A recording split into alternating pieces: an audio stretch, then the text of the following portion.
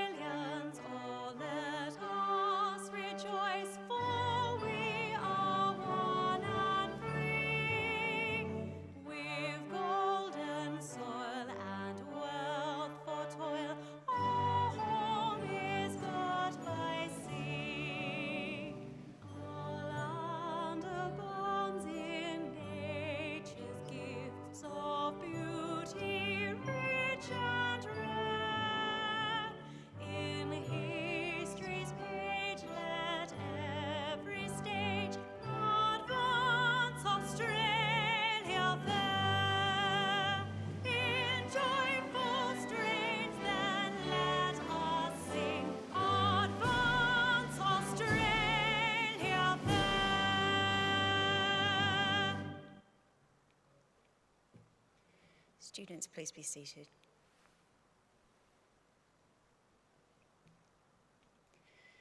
The Australian War Memorial was the vision of Charles Bean, Australia's First World War official historian.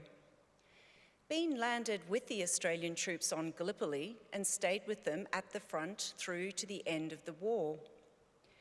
The idea of this national memorial and museum came to him at Pozières, France, in the depths of the bloody fighting of 1916.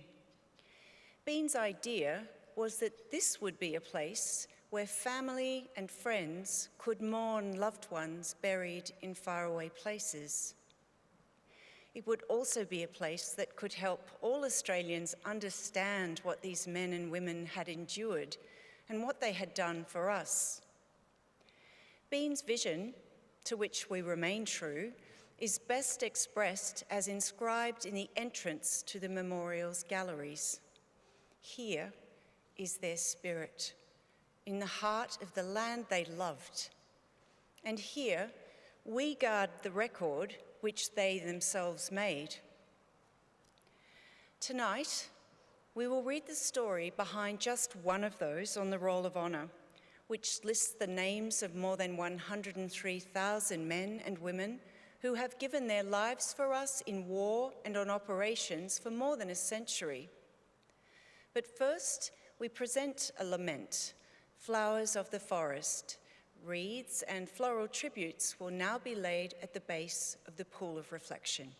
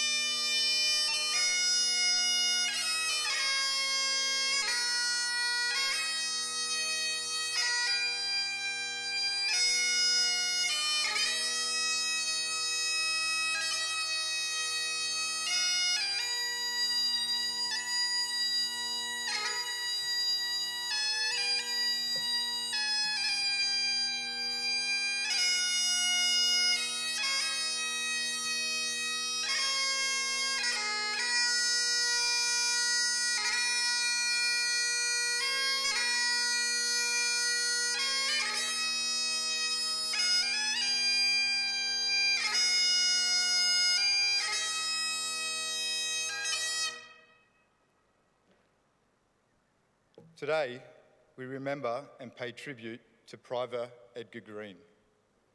Edgar Green was born in Clapham, London, in February 1891, one of 3 children born to Tom and Matilda Green. The family lived in London for Edgar's childhood, where he attended the prestigious Emmanuel School in Wandsworth. In 1913, at the age of 22, Edgar left London for Australia. He settled in Townsville and began working as a stenographer clerk for shipping agents.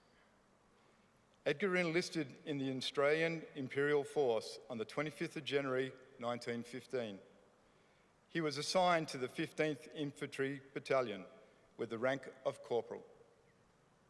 After 3 months of training, Edgar Green left Brisbane on the 8th of April in HMAT Star of England, bound for Egypt.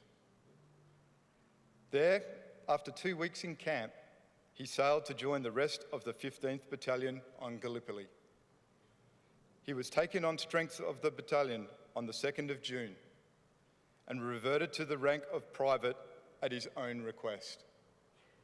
His battalion was involved in establishing and defending the beachhead positions around Anzac Cove. Within a few weeks of the landings, the Ottomans and the Allied forces were in a stalemate.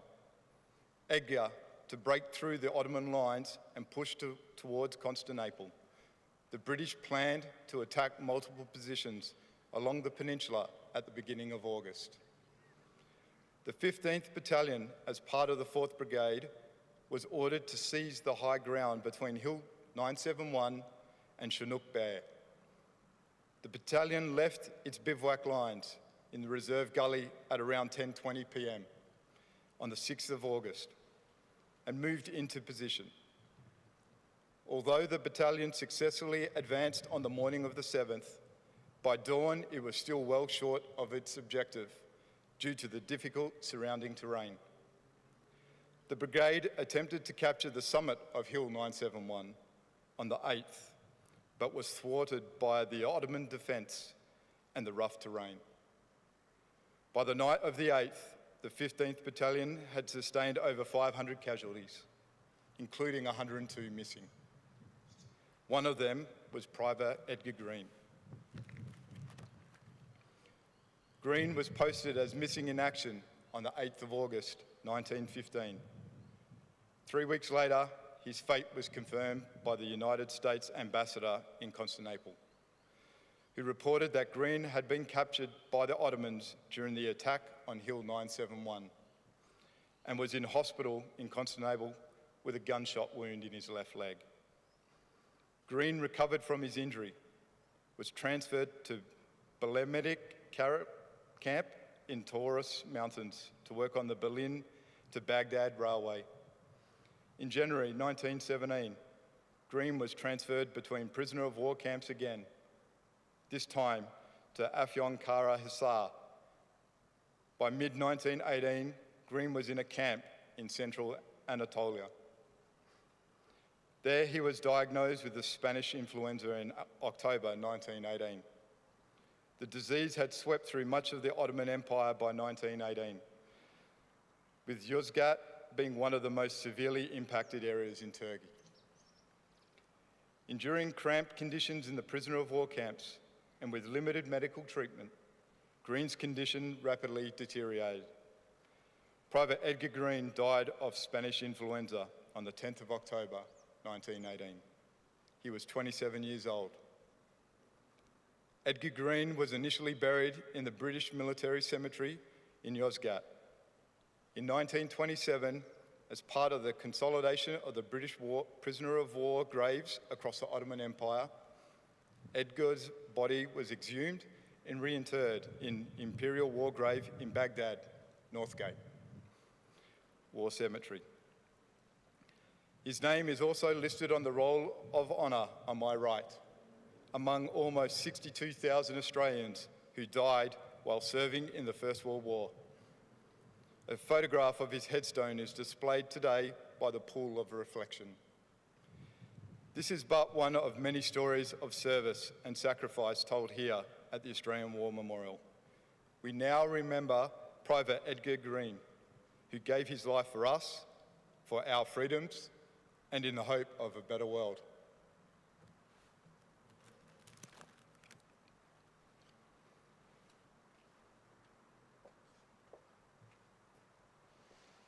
Please stand for the reading of the Ode and the sounding of the last post.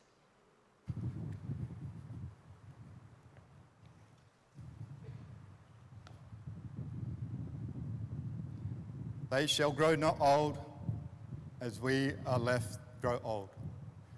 Age shall not weary them, nor the years condemn.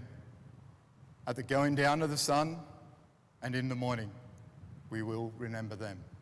We will remember them.